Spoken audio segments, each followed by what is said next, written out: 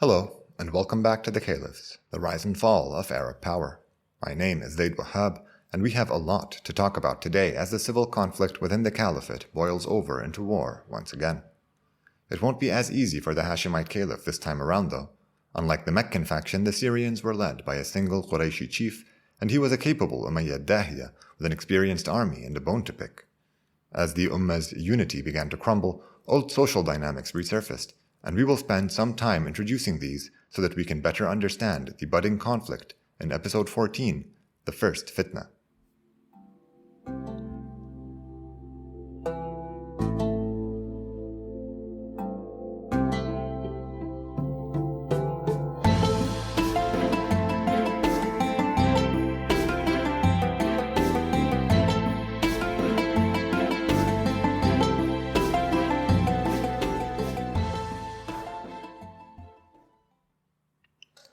Before we begin, I wanted to remind listeners that we are still on controversial grounds, in the sense that there are many narrations about these events, and they don't really agree on all the details, so I'm still giving you my take on what I've read. You should already be used to this. Consensus is a rare thing among the surviving narrations in Arab oral history.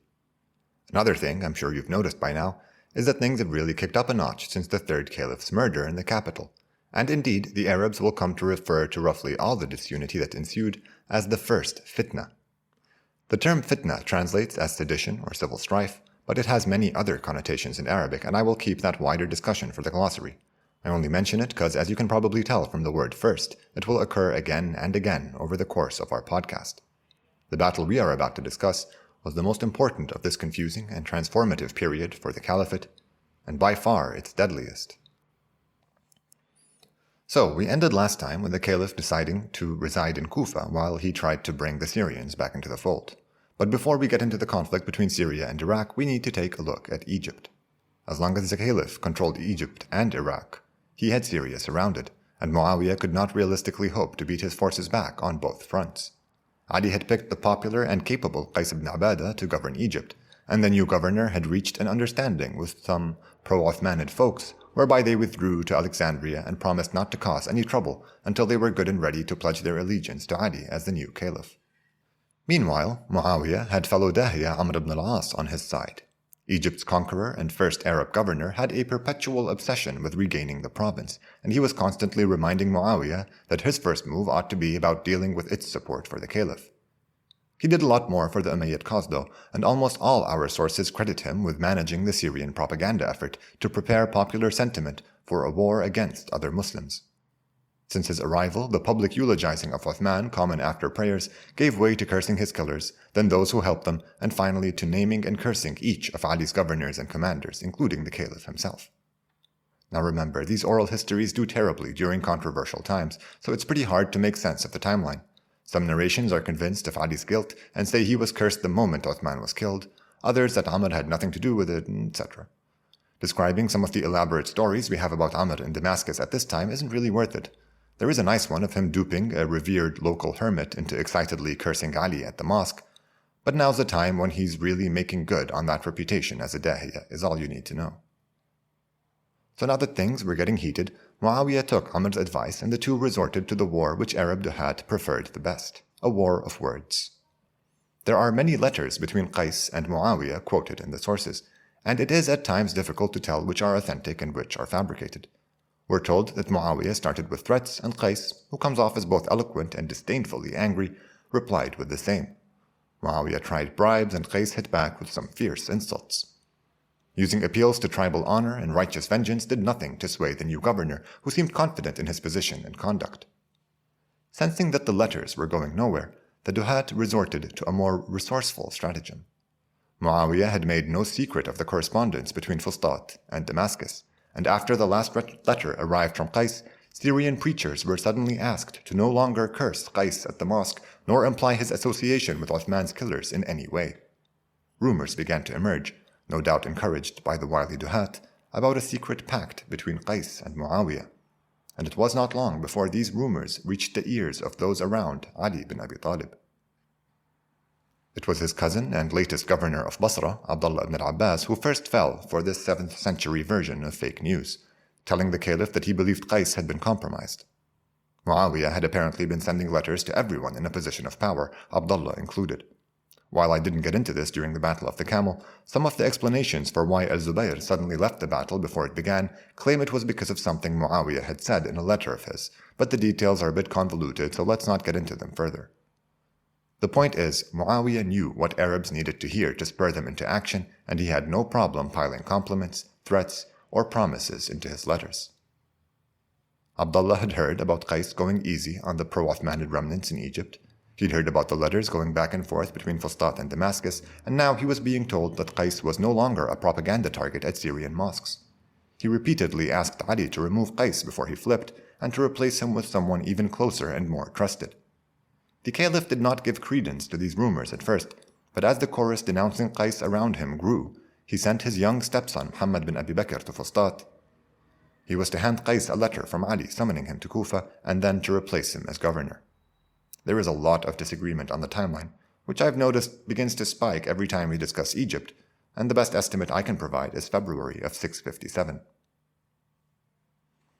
I had a hard time believing this gambit worked when I first read about it, but it's pretty well attested to, at least by early Arab historical standards. Muawiyah's letters will continue to feature in our story, and while they won't always work so effectively, they will at least be consistent in their aims. Most authors see Amr's hands in this masterful bit of manipulation, and he is considered to have been the truly resourceful one in the Syrian camp. Muawiyah was a learned man who used words to achieve his aims, but his methods were limited to bribes, threats, and theatrical displays of religiosity.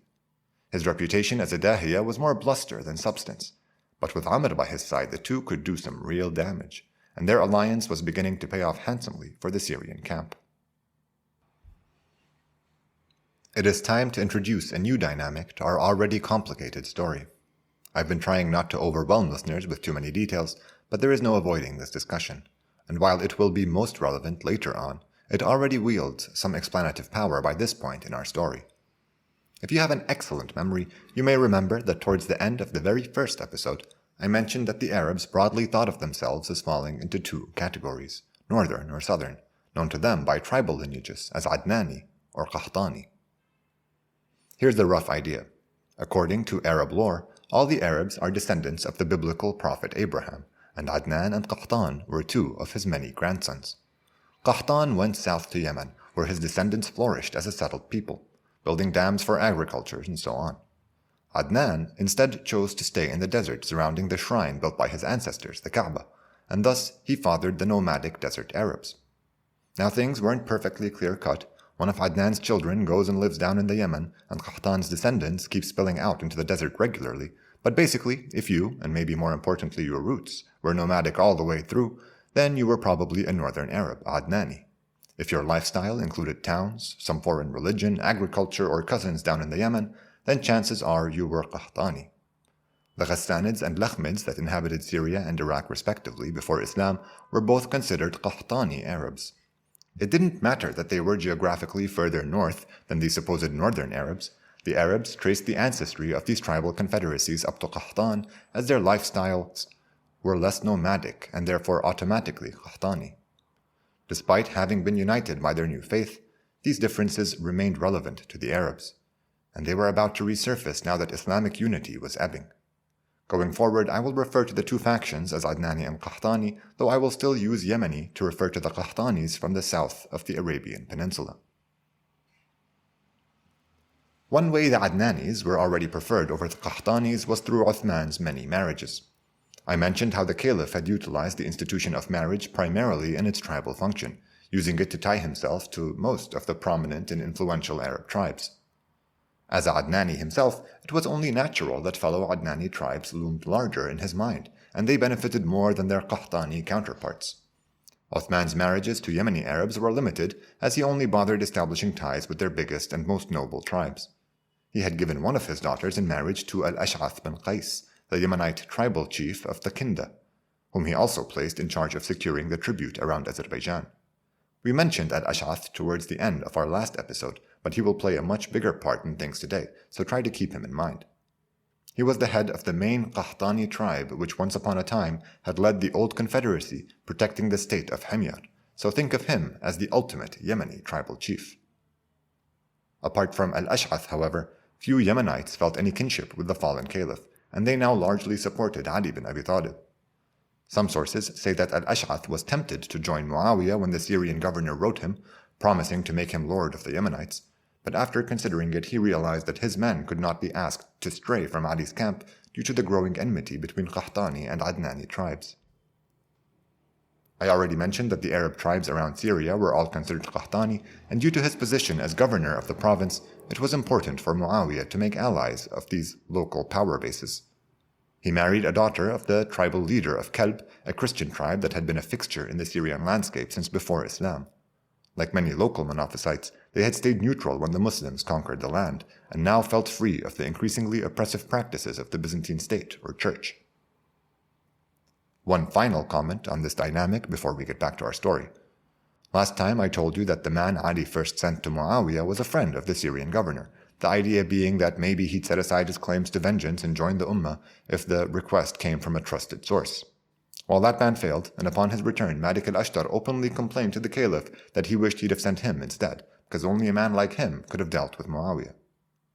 What's being said here is only helpfully broken down in a couple of sources, and it reveals the impact this Adnani-Qahtani split was already having on tribal allegiances.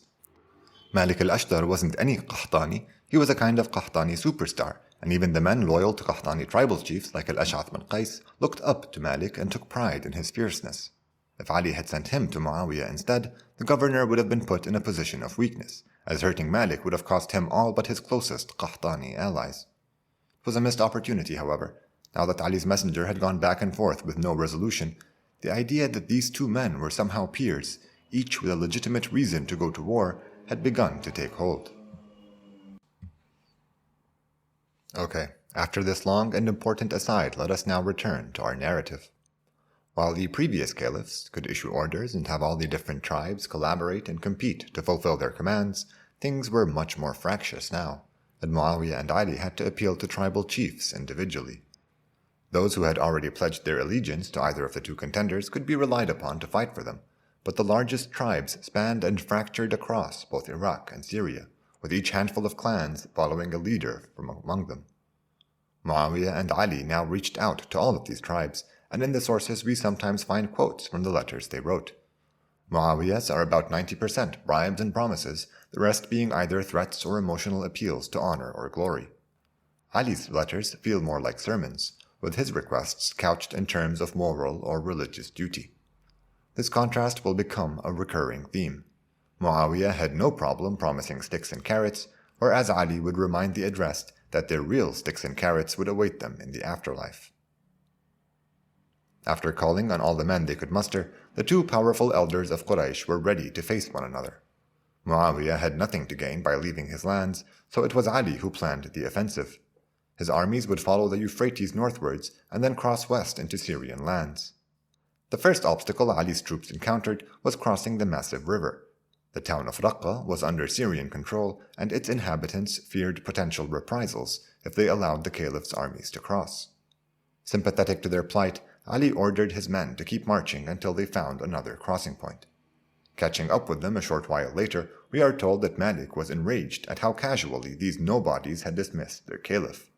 He took some horsemen, returned to the town, and threatened that he would leave nothing standing if they didn't set up their bridge for the Prophet's cousin immediately.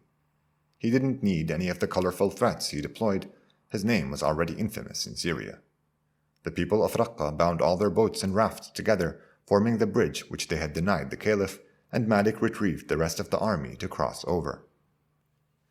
It seems that Muawiyah's forces first saw Ali's armies while they were crossing the river around Raqqa.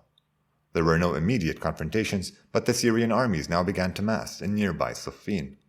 They used their home field advantage to pick where the battle would take place, made camp, and waited for the caliph's armies to arrive. The location they chose was by a tributary to the Euphrates, but it only had a single strip where groups could safely access the fresh water. There are numerous reports that Muawiyah's armies tried to keep Ali's troops from accessing the water supply.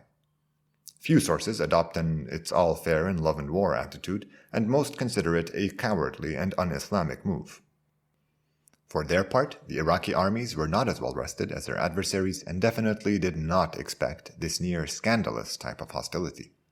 Malik al-Ashtar's rage once again took the driver's seat, except this time he was joined by the Yemeni tribal lord Al-Ash'ath bin Qais, who was maybe starting to get jealous of all the admiration Malik inspired in other Qahtani Arabs. The two led their men in battle against the Syrians guarding the water and dispersed them before long. Now that the Iraqis were in charge of the only watering hole, we get another example of Ali's idealistic leadership. He declared to his troops that the men they were fighting were Muslims, and that they were to be treated as such. No taking hostages, no looting, no chasing down men who surrendered or turned away, and definitely no barring anyone from access to water. He was, after all, the caliph, successor to the prophet, sent to lead even these men who drew their swords in his face. Now, who knows? I mean, these are oral histories, and I think it's wise to become suspicious whenever a certain motif begins to emerge. It makes sense to me that the Muslims telling this story, hundreds of years later, wanted to impart a moral upon it. I mean, what a missed opportunity if we don't at least get a clear lesson out of this all-important confrontation. Expectations like these can only distort an oral narration with time, and oral histories have a way of buckling under major events as different observers give their own take on the past. They are rich in one sense and useless in another, but this is what you have to work with if you're into Arab history. Another thing the oral testimony collected in the classical Arab sources is not fit for at all is war. You may have noticed that I am often vague when it comes to details about the battles the Arabs fought in, but that is not all on me. The sources don't provide a lot to work with. To quote Professor Hugh Kennedy's commentary on these battles in his book The Armies of the Caliphs, quote, "The Muslim sources give us a very extensive account of the military operations involved, but as usual, there is a vast amount of information about individuals and their doings and sayings, but only fragmentary information about the raising and management of armies." End quote. When I first read his book, years ago, I was disappointed at how little detail was in it, but after going through some of the classical sources myself, I was truly impressed at how he had managed to glean enough out of them to write a book on the subject. There is just so little for such a martial people. Arab narratives about these wars tend to focus on naming the tribes and leaders involved, the fights they engaged in, and the poetry they came up with, or more likely was attributed to them later on. There is no description of the battlefield, little to no mention of overall strategy or tactics employed, and worst of all, no accounts of total troop numbers or formations. The way the Arabs recalled their history makes it clear how tribal they remained at this stage. Most sources agree that Muawiyah had a slight advantage in size. The scale of this advantage is hard to determine, but to give you an idea, some narrations size the armies at 60,000 on either side, while others go as high as 120,000 for Adi and 300,000 for Muawiyah. Adi pretty much monopolized the support coming from the earliest and most prominent Muslims, men who had witnessed the Ummah's earliest battles under the Prophet himself, and those who were there to defend the faith during Muhammad's final wars. Anyone with strong Muslim credentials had long ago declared for Adi. The skirmish over the water must have taken place sometime around April or May, and hostilities would not begin for another few months. Despite everything that had happened so far, reluctance to spill Muslim blood was still widespread. There are descriptions of the many envoys sent back and forth between Muawiyah and Ali, what they said and how they reacted. Ali maintained that those most faithful to Muhammad's vision of Islam had chosen him to lead the community, while Muawiyah insisted that Ali was harboring Uthman's killers and shielding them from justice. Amr ibn al-As played an important role in these negotiations. He was Muawiyah's key advisor and essentially managed the Syrian response. At the end of the day, Muawiyah wanted to remain governor of all of Syria, something which Ali could not accept. Before moving on to the fighting, I just want to note that some of the most orthodox Sunni histories, which like to stress how the earliest Muslims were united at heart, often report that the two Qurayshis almost reached a peace deal, but that the same extremists who had killed Uthman worried that peace would mean that they would be punished, and so they started the fighting themselves. This is such an outlandish proposition that I don't think I need to point out any of its many flaws. It's just another extension of the same, the early Muslims were the best, most united generation ever apologist line of thinking. I won't bore you with the details of the failed negotiations either, but after 100 or so days of trying to end things peacefully came the deadliest battle the Muslims had known so far. Just like in previous Arab wars, the fighters gathered by tribe, and before full engagements there was a lot of poetry and some duels to rally morale. If I had taken the time to describe the Prophet's generation, a whole genre in Islamic literature, we would be in episode 100, and you would truly be able to appreciate how epic this war was. Everyone was there, fighting along and against their many children from everyone else's daughters. Famous leaders on Ali's side are Malik al-Ashtar, of course, Al-Ammar bin Yasir, who I'll say more about shortly, Qais ibn Abada, and Ali's 3 sons. Muawiyah had a larger contingent of famous Muslims on his side, as his was the side of the elite.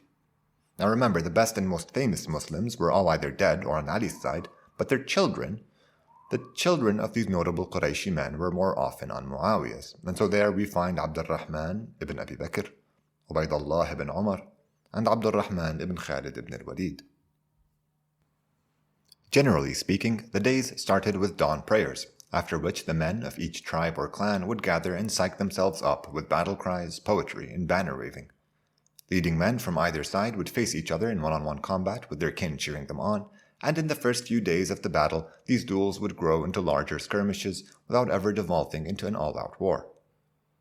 Fighting would end with the setting sun, and members of either side would go back to the battlefield to retrieve their dead for burial. Most sources agree that the Iraqi armies heeded Ali's word to treat their opponents as Muslims and only fought them on the battlefield. The Syrians, however, had been told that they were fighting the destroyers of their caliphate and showed no such consideration to the Iraqis. They are especially faulted in our sources for ambushing the Iraqis while they were retrieving their dead at night. Things really heated up in late July, and the last 3 days of this war were so bloody that some sources set them aside as the real battle. It's unclear which of the following 2 events took place first, but they both contributed to pushing the war towards its conclusion. The first was Ali reorganizing his armies, asking every tribe to stand and face its Syrian kin. This brought intra-tribal enmities into the mix, which made the fighting more personal for all involved and led to some epic showdowns and tragic poetry. The second event concerns a prophecy made by the Prophet himself, years ago finally coming true. So far, I have kept a lot of magical reasoning out of this podcast, but this specific prophecy is so widely reported that I felt ignoring it would be cutting you short, so here it is. It's about Al-Ammar bin Yasir, who truly was a unique figure in early Islam, and it's a real shame we don't have a lot of time to give him. The Prophet had once told Ammar that he would die at war, but it wasn't just any war, it was a war in which it was difficult to tell who was fighting on the right side. The prophecy concluded that the killers of Ammar would be the unjust party. About a week into the Battle of Siffin, the nearly 90-year-old Ammar, yeah, I know, I doubt he was that old too, was killed leading some of Ali's forces, and everyone started repeating this apparently widely known prophecy. When Muawiyah and Amr heard about his death, the two Duhat immediately realized the impact it could have on Syrian morale, and we are told that Amr asked a commander to address the troops and tell them that it was Ali who had killed Ammar by bringing the old man to war in the first place. The detail is mentioned in many narrations and often ridiculed for its contorted logic. Ammar's death saddened Ali greatly, demoralized the Syrians, who up to this point thought they were defending the umma by insisting on justice for the caliph's murderers, and it sent the Iraqis into a frenzy. Ali had made it clear over a month earlier that he would prefer to face Muawiyah in single combat to spilling Muslim blood, and after Ammar's death, he repeated his challenge to the Syrian governor. For a while, both armies thought it was a good idea, and Muawiyah had a more difficult time dodging the offer, and he merely said that he didn't know of anyone who had fought Ali and lived. Luckily for him, he managed to retreat from the spotlight after some hothead from his army, who had been trash-talking about Ammar, said he'd relish the chance to fight Ali. It wasn't much of a fight. We're told Ali cleft the man in two, and when that loser's cousin stepped up to avenge him right afterwards, he lost his life as well. Ali may not have unsheathed his sword since the Prophet's death, but he still knew how to use it. It's a nice scene from this narration, but cinematic enough to become suspicious. On the penultimate day of the battle, the fighting was so intense that both sides are said to have run out of spears and arrows, and everyone was now fighting with their swords. Some line had been crossed by this point, because the two sides did not stop fighting when the sun had set.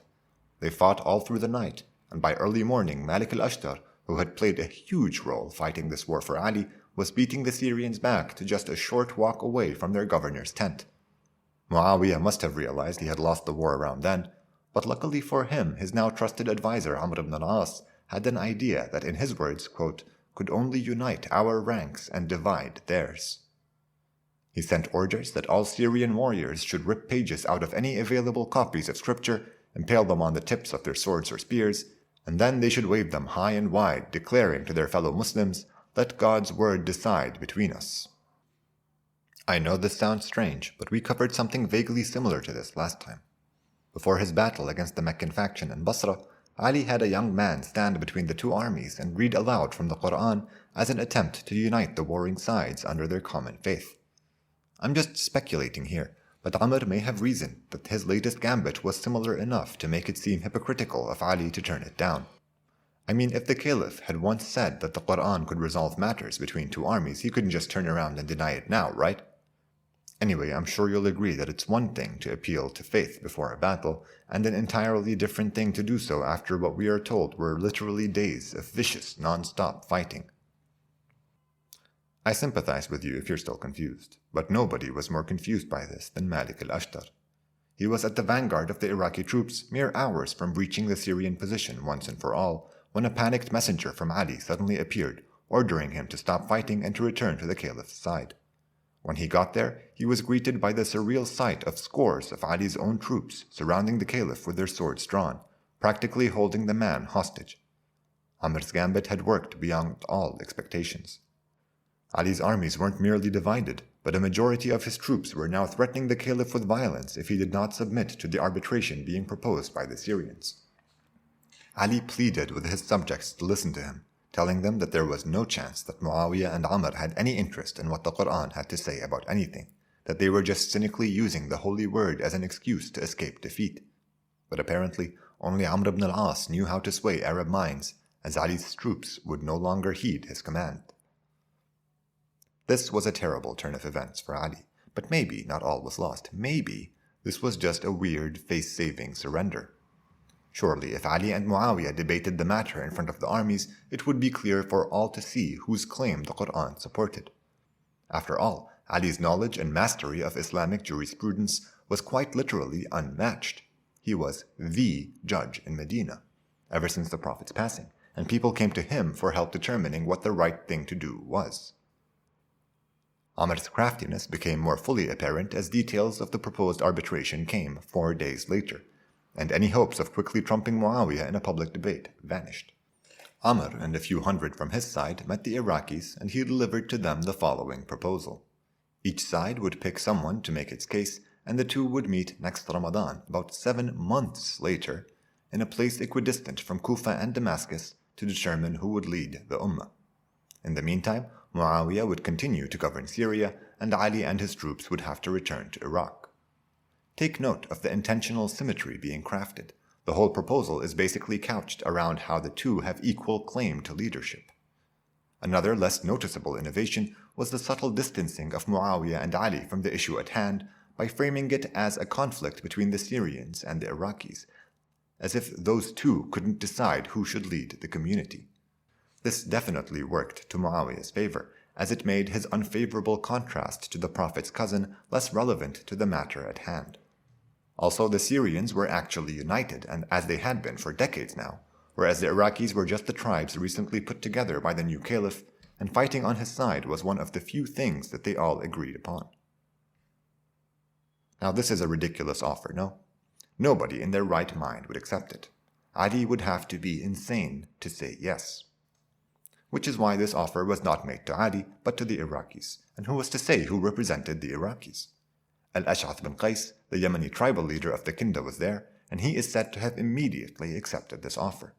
Not only did he accept it, and Amr ibn al-As as a Syrian representative, but he also unilaterally declared that no other than the previous governor of Kufa, Abu Musa al-Ash'ari, would serve as a representative for the Iraqis. It is clear that by this point, Ali's position had been severely compromised. The caliph argued that since he was being forced into this arbitration, he should at least be allowed to pick his representative, and that he favored his cousin, Abdullah ibn al-Abbas. Abu Musa wasn't even on Ali's side. He had stopped the Kufans from responding to his calls to organize and meet him to fight the Battle of the Camel against the Meccan faction. It was exactly this behavior that Al-Ash'ath now cited as the reason why he wanted Abu Musa to represent the Iraqis. Because he was the one who had originally warned of the dangers of infighting between Muslims, his position had been vindicated now that everyone was exhausted from war. When Ali suggested Malik al-Ashtar represent him instead, al-Ash'ath flew off the handles and laid the blame for everything on Malik, saying that it was because of him all this had come to pass, a very pro-Muawiyah statement to make. It is clear to me, at least, that the tribal leader resented his diminished influence in Ali's camp, and was especially threatened by the prominence of Qahtani superstar Malik al-Ashtar. His eagerness to play a leading part in this unexpected closing chapter of the war betrays how much he missed being in control. Even if it meant making enormous concessions to the Syrians, he was just happy to be calling the shots once again. The behavior of al-Ash'ath bin Qais in this battle made him a reviled figure in Shi'i histories. Unlike the Hashemite caliph, Muawiyah reached out to any prominent leaders on his opponent's side regularly, always trying to get them to flip with promises of great rewards. It is therefore quite reasonable to conclude that a tribal lord like al-Ash'ath was especially susceptible to Muawiyah's promises, but I think there's more to it than that. Tribal lords had the most to lose from a non-tribal caliphate, and Ali's idealism was obviously going to lead the umma down that path. Muawiyah, on the other hand, behaved very much like a tribal lord himself, and his ascension to leadership would have also jeopardized al-Ash'ath's power in the long run, especially considering his close ties to rival Qahtanis like the Christian Kalb tribe of Syria. I believe that al-Ash'ath's intervention was meant to weaken both sides. By keeping the stronger faction from defeating the other, he could maintain his influence as a powerful tribal leader. Al-Ash'ath prepared his loyalists and allies to accept Amr's gambit by repeatedly complaining about both Ali and Muawiyah. He is often quoted lamenting how there would be nobody to defend Arab wives and daughters from the Persians and Byzantines should their armies return while they fought. It is a valid point, but it underscores how fragile Arab unity remained, and how it still struggled against the entrenched interests of the old tribal elite. The most widely reported estimates I have found for the Battle of Siffin puts the total mortality at a staggering 70,000, 45,000 Syrians and 25,000 Iraqis. Its consequences will haunt the Arabs in one form or another for pretty much the rest of this podcast, and while the most capable caliphs will manage to reunite the Ummah, its divisions will run too deep for it to ever be healed completely. Join me next time so we can talk about the arbitration and a deadly development in Arab history, here on the Caliphs, the rise and fall of Arab power.